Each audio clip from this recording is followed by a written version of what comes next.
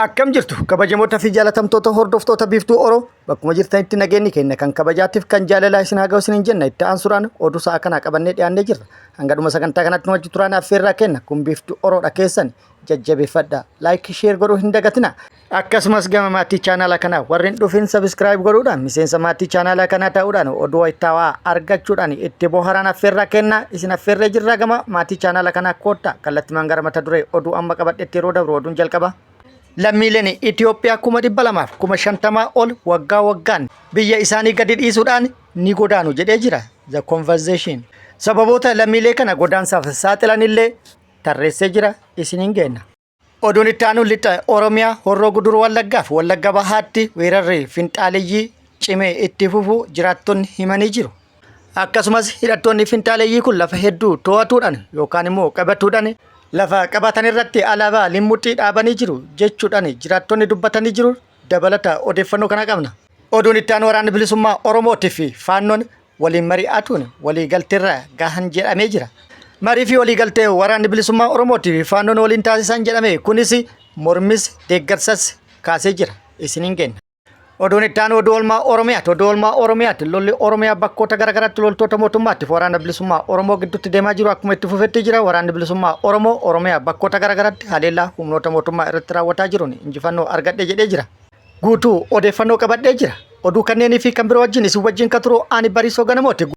Guutuun oduu akka itti aanu kanatti wal duraa duubaan isiniif dhiyaata. Lammiileen Itoophiyaa 250 ol waggaa waggaan biyya isaanii gadi dhiisanii godaanu jedha gabaasni The Conversation. Dur Itoophiyaa keessatti ilmi namaa barate hojii mootummaa qabaachuun jiruu gaarii nama jiraachisa. Hawaasa keessatti kabaja guddaa namatti horaa ture. Garuu waggoota kurnan darban gatiin barnoota gadi bu'aa dhufee jira. Akkasumas kan baratanii eebbifaman carraan hojii argatu qormaata itti ta'ee jira. Kanarraa kan ka'e hojii dhabdummaaf saaxilamanii jiru. Uummata Itoophiyaa keessaa parsantiin 70 umriin isaanii waggaa 30 gadi. Akkasumas magaalota keessatti bara 2022 keessa istaatiksiin akka agarsiisutti parsantiin 22.3 hojii dhabeeyyiidha. Lammiileen biyyatti godaansaaf kan saaxile tokko hojii dhabdummaadha jedhamee jira. Kanumarraa ka'uudhaan Itoophiyaan godaansaaf iddoo ka'umsaa, ulaa ce'umsaa fi iddoo qubsumaa biyya taate jedha barruun kun.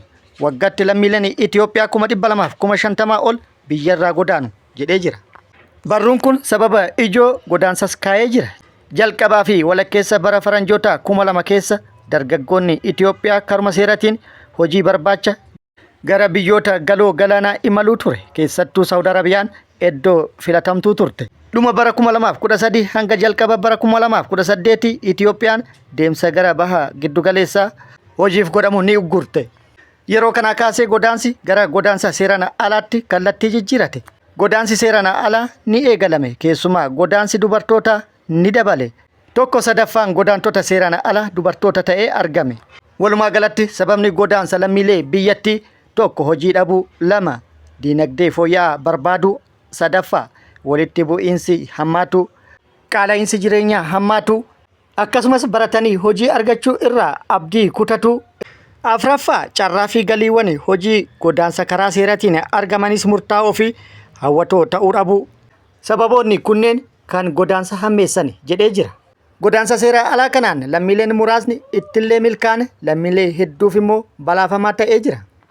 Imalli godaansa seeraan alaa gama ulaa galaana diimaa fi galoo galaana Eden waggoota dhiyoo as daran balaafamaa ta'ee dhufee jira. Jaarmiyaan godaantota UN yookaan IOM akka jedhetti bara 2014 qofa sababa godaansa seeraan alaatiin godaantonni 76,524 dhumanii jiru. Kanneen keessaa 1,098 kan ta'an handaara galaana Yaman irrattidha. Akkasumas tajaajilli istaatiksii giddugaleessa Itoophiyaa bara 2021 keessa qofa lammiileen 51,000 godaananii waggoota 5 walitti aananiif hanga bara 2021tti godaansaaf manaa bahan eessa akka gahan hin beekamu jedhee jira. Walumaa galatti kallattiin lammiileen Itoophiyaa itti godaanan gara baha jiddugaleessaa qofa osoo hin taane kibbaanis karaa Afrikaa kibbaatti akkasumas gama kaabaatiin ulaa Suudaan, Liibiyaa fi akkasumas galaana Meeditiraaniyaanii qaxxaamuruun gara Awurooppaattis ni godaanan jedhee jira. Oduun itti aanu godinaalee Horroo Guduruu Wallaggaa fi Wallaggaa Bahaatti haleellaan humnoota finxaaleeyyii cimee itti fufuu jiraattonni himanii jiru. Godina Wallagga Bahaatti aanaa Kiramuu, aanaa Giddaa Ayyaana fi akkasumas aanota birootti humnoonni finxaaleeyyii kun haleellaa uummata irratti raawwataniin uummata qe'ee fi qabeenya isaa irraa buqqisanii baqachiisanii jiru jedhanii jiru. Humnoonni finxaaleeyyii kunneen haleellaa raawwataniin uummata buqqisanii qabeenya uummataa saamanii lafa uummanni irraa buqqa'e irratti namoota biroo fidanii qubachiisaa jiru jechuudhaan himanii jiru. Akka jiraattonni jedhanitti aanaan Kiramuu gandoota 19 qaba. Gandoota 19 keessaa gandi 17 humnoota finxaaleeyyii kanaan qabamee jira. Gandi hin qabamin ganda 2 yoo ta'u isaanis bulchiinsa magaalaa Kiramuu duwwaa tokkoo fi magaalaa Qoffee duwwaa tokko qofa jedhanii jiru. Humni finxaalessaa kun weerara tibbana raawwateen torbaan 2 osoo hin gahin gandoota 3 to'atee jira. Isaanis bulchiinsa magaalaa Siree Dooroo, ganda Baddeessaa fi ganda Ashuu Kusaayee kan jedhaman yoo ta'an gandoota kanatti humnoonni kunneen alaabaa limmuutti irratti dhaabanii jiru jedhanii jiru. Yeroo humnoonni finxaaleeyyii kun weerara raawwatanitti caasana aanaa wanti inni weerara kana ittisuuf raawwate tokkollee hin jiru jedhanii jiru. Itti dabaluunis jiraattonni yaada kennaniin nama rakkoo kenna itti himanu dhabnee jirra. Nama rakkoo kenna nu dhaga'u hin agarre. Mootummaan naannoo Oromiyaallee birmadummaa daangaa Oromiyaatii fi akkasumas nageenya uummata isaa tiksuu osoo qabu yookaan eeguu osoo qabu rakkoo fi weerara kana nurraa qolatuu fi nu baraaruu hin dandeenye jedhanii jiru. Faallaa kana ammoo bulchiinsi aanatiif yookaan aanoleetii fi mootummaan naannoo Oromiyaallee cal'isa filatanii jiru jechuudhaan komii isaanii dhiyeessanii jiru. Oduun itti aanu waraanni bilisummaa Oromootii fi faannoon waliin mari'atuun waliigalteerra gahuu Afrikaan Intelligensiin gabaasee jira. Marii fi waliigalteen kun dho'isaadhaan qaamota lamaan gidduutti gaggeeffame kan jedhame yoo ta'u qabatamaan waraanni bilisummaa Oromoollee waliin mari'adhee wanti jedhu hanga ammaa hin ifoomne. Waliin mari'atuu fi waliigalteen taasisan jedhame kun immoo mormis deeggarsas uumee jira. Waliigalteen taasifame jedhames walirratti hin dhukaafnu. Wal hin lollu xiyyeeffannaan kenna mootummaa biltiginnaa irratti ta'uu qaba jechuudhaan waliigalan jedhamee jira. Kunis kan ta'u faannollee naannoo Amaaraatti waraanni bilisummaa Oromoollee naannoo Oromiyaa irratti jedhamee jira.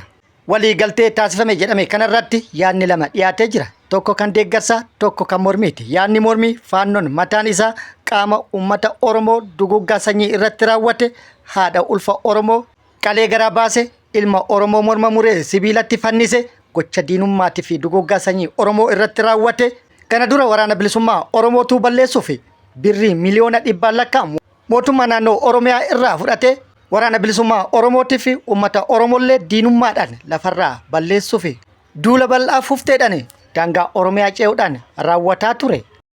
Qaama diinummaa Oromootiin guutame Oromoo balleessuuf duula bal'aa gaggeessu wajjin waliigalteen taasifamu bu'aa hin qabu jedhamee jira. Waliigalteen kun taasifame yoo ta'e immoo kan waraana bilisummaa Oromoo of dagachiisu akka ta'ee fi kan shiraan guutame ta'uu waan mirkaneessu jechuudhaan qaamonni garaagaraa yaada kennanii jiru. Yaada kanaaf akka ragaatti kan dhiyaate yeroo ammaa kanatti faannoon yeroo waliigalteen mallattaa'e jedhame kanatti lixa Oromiyaa Horroo Guduruu Wallaggaa fi Wallagga Bahaa aanota hedduu irratti weerara bal'aa raawwatuudhaan lafa hedduu fi gandoota hedduu to'ate alaabaa limmuutii irratti dhaabbatee jira. Uummata Oromoo kumaatamaan lakkaa'amu qe'ee fi qabeenya isaa irraa buqqisee hedduu immoo lubbuu galaafatanii jiru. Waliigalteen jedhame kan dhugaa yoo ka ta'u taate kuni maaliif ta'e?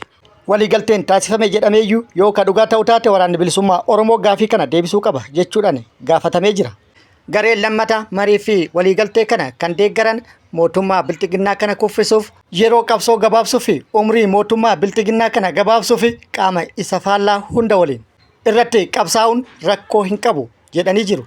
Qindoominaan irratti qabsaa'uun kufaatii isaa saffisiisa jedhanii jiru. Dhumarratti yaada lamaan kanarraa yaadni adda ta'e istiraateejii fi adeemsa qabsoo isaa ittiin milkeessu waraana bilisummaa Oromootu beeka. Hojii qabsoo keessa jira waan ta'eef akkaataa qabsoon itti deemuuf waan godhuuf waan dhiisu isatu beeka waan ta'eef kana isumaaf dhiifna jedhanii jiru namoonni hedduun. Oduu oolmaa Oromiyaatti lolli Oromiyaa bakkoota garaagaraatti zoonilee garaagaraa keessatti loltoota mootummaa biltiginnaatii fi waraana bilisummaa Oromoo gidduutti deemaa jiru akkuma itti fufetti jira. Waraanni bilisummaa Oromoo Oromiyaa bakkoota garaagaraatti haleellaa humnoota mootummaa irratti raawwataa jiru cimsee itti fufuu beeksisee jira. Haaluma kanaan waraanni bilisummaa Oromoo zoonii kibba baha Oromiyaa Arsii bahaa aanaa Suudetti guyyaa kaleessa haleellaa humnoota mootummaa irratti raawwateen miidhaa guddaa irratti qaqqabsiisuun injifannoo irratti argadhe jedhee jira. Arsii Bahaa Aanaa Suudee ganda Sammaaree iddoo addaa Anoo jedhamutti haleellaa humnoota mootummaa irratti raawwateen humnoota mootummaa hedduu addunyaa kanarraa godaansisee hedduu immoo madeessuudhaan injifannoo irratti argatu waraanni bilisummaa Oromoo beeksisee jira. Haaluma wal fakkaatuun waraanni bilisummaa Oromoo zoonii giddugala Oromiyaa lixa Shaggara aanaa Baakkoo Tibbeetti haleellaa humnoota mootummaa irratti raawwateen injifannoo argadhe jedhee jira. Lixa Shaggar aanaa Baakkoo Tibbee ganda guddina walqixxee bakka addaa Somboo jedhamutti guyyaa kaleessaa hagayya 26,2025 haleellaa humnoota mootummaa irratti raawwateen humnoota mootummaa hedduu addunyaa kanarraa godaansee hedduu madeessuudhaan kan harkaan qabeessa akka jiruu fi akkasumas haleellaa raawwateen meeshaalee waraanaa hedduu humnoota mootummaa irraa hiikkadhe jedhee jira. Oduu gara biraatiin immoo loltoonni mootummaa mooraa waraana mootummaa gadi dhiisuun gara mooraa waraana bilisummaa Oromoo dhufuu itti fufanii jiru. Miseensonni waraana mootummaa hedduun Oromiyaa bakkoota garaagaraa irraa haala mijataa fi carraa argatanitti fayyadamuudhaan mooraa waraana mootummaa gadi dhiisuun gara mooraa waraana bilisummaa Oromoo dhufuu itti fufanii jiru. Haaluma kanaan guyyaa kaleessaa lixa Oromiyaa aanaa Beegii irraa miseensonni waraana mootummaa lama hidhannoo guutuu wajjin gara mooraa waraana bilisummaa Oromoo dhufanii jiru.